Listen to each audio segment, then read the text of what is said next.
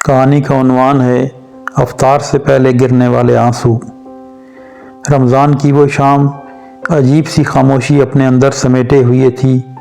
آسمان پر سورج آخری سانسیں لے رہا تھا اور گلی کے نکڑ پر لگے پرانے اسپیکر سے مؤذن کی آواز ابھی ابھرنی باقی تھی۔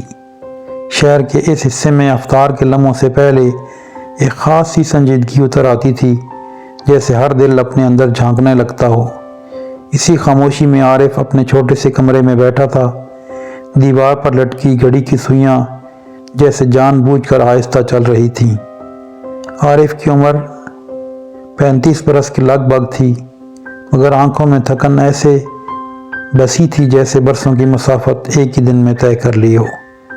وہ ایک سرکاری دفتر میں کلرک تھا، تنخواہ محدود، خواہشیں بے شمار اور غلط فیصلوں کی ایک لمبی فہرست، یہی اس کی زندگی کا خلاصہ تھا۔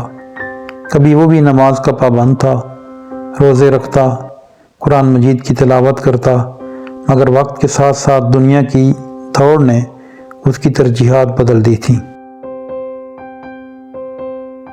اس سال رمضان المبارک آیا تو اس نے بھی روزے رکھنے کا ارادہ کیا، مگر نیت میں وہ خلوص نہ تھا جو کبھی ہوا کرتا تھا۔ روزہ اس کے لیے عبادت سے زیادہ ایک عادت بن چکا تھا۔ دفتر میں فائلیں، باس کی ڈانٹ اور ساتھیوں کی چپکلش، یہ سب اس کے ذہن پر حاوی رہتا۔ نماز اکثر قضا ہو جاتی اور افطار سے پہلے دعا کے لیے ہاتھ اٹھانا اسے محض ایک رسم لگتی۔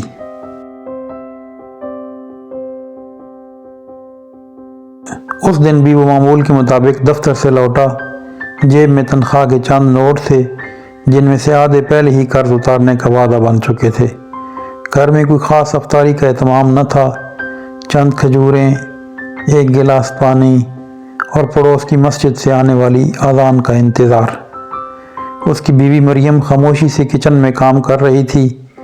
وہ جانتی تھی کہ عارف ان دنوں اندر سے بکھرا ہوا ہے، مگر زبان پر شکوہ لانے سے گریز کرتی تھی۔ عارف نے میز پر رکھی پلیٹ کی طرف دیکھا۔ کھجوریں کم تھیں، مگر اس کے دل میں ایک عجیب سی بے چینی تھی۔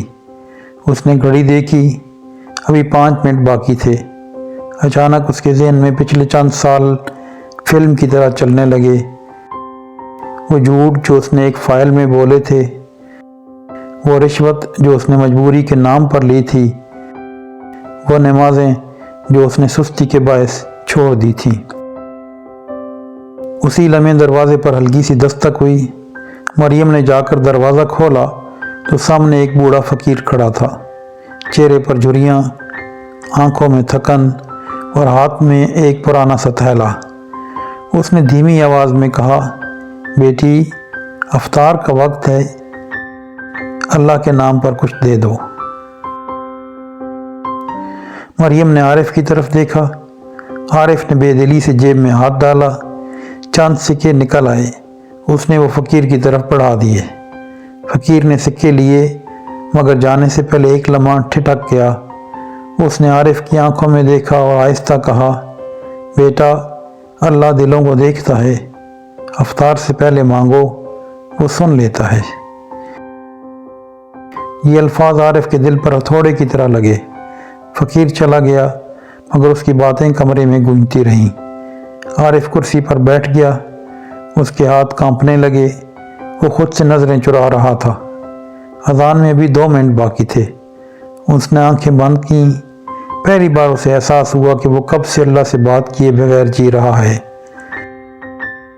اس کے ہونٹ ہلے، مگر آواز نہ نکلی۔ دل جیسے کسی بوجھ تلے دبا ہوا تھا۔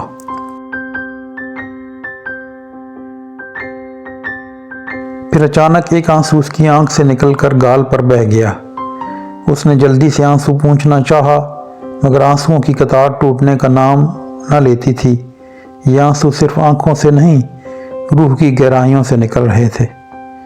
یا اللہ، اس کی آواز بھرا گئی، میں نے خود کو بہت دور کر لیا ہے۔ مجھے نہیں معلوم کہ میں کس منہ سے مانگوں، مگر تیرے در کے سوا کہیں جانا بھی نہیں۔ اذان کی پہلی صدا گونجی، اللہ اکبر۔ عارف کے آنسو تیز ہو گئے۔ اس نے کھجور اٹھائی مگر ہاتھ لرز رہا تھا۔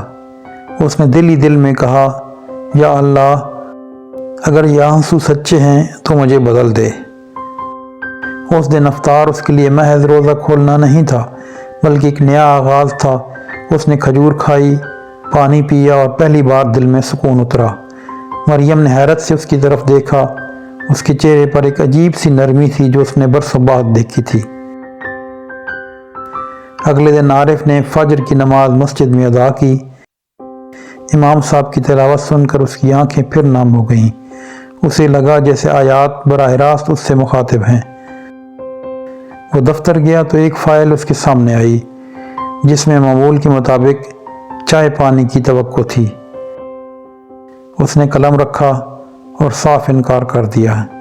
ساتھیوں نے حیرت سے دیکھا، باس نے گور کر دیکھا، مگر عارف کے دل میں ایک عجیب سی مضبوطی تھی۔ دن گزرتے گئے، رمضان المبارک کی راتیں اس کے لیے بدلنے لگیں۔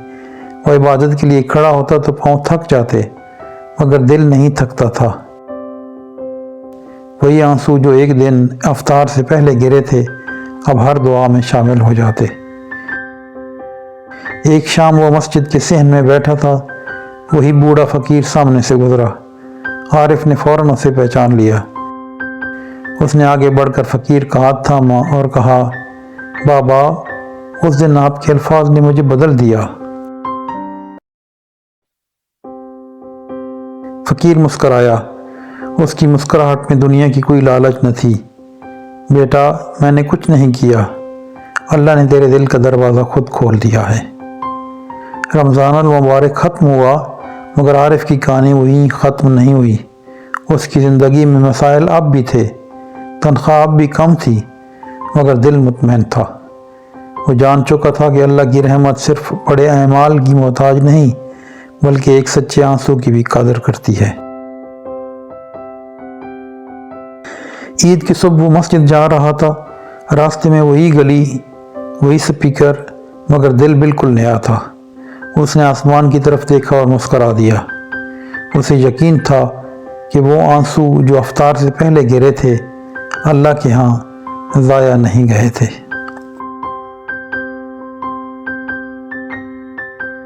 پیارے ناظرین، کہانی پسند آئی ہے تو لائک کر کے شیئر کر دیں، چینل سبسکرائب کر لیں تاکہ ایسی ہی خوبصورت پیغام والی ویڈیوز اب تک پہنچتی رہیں۔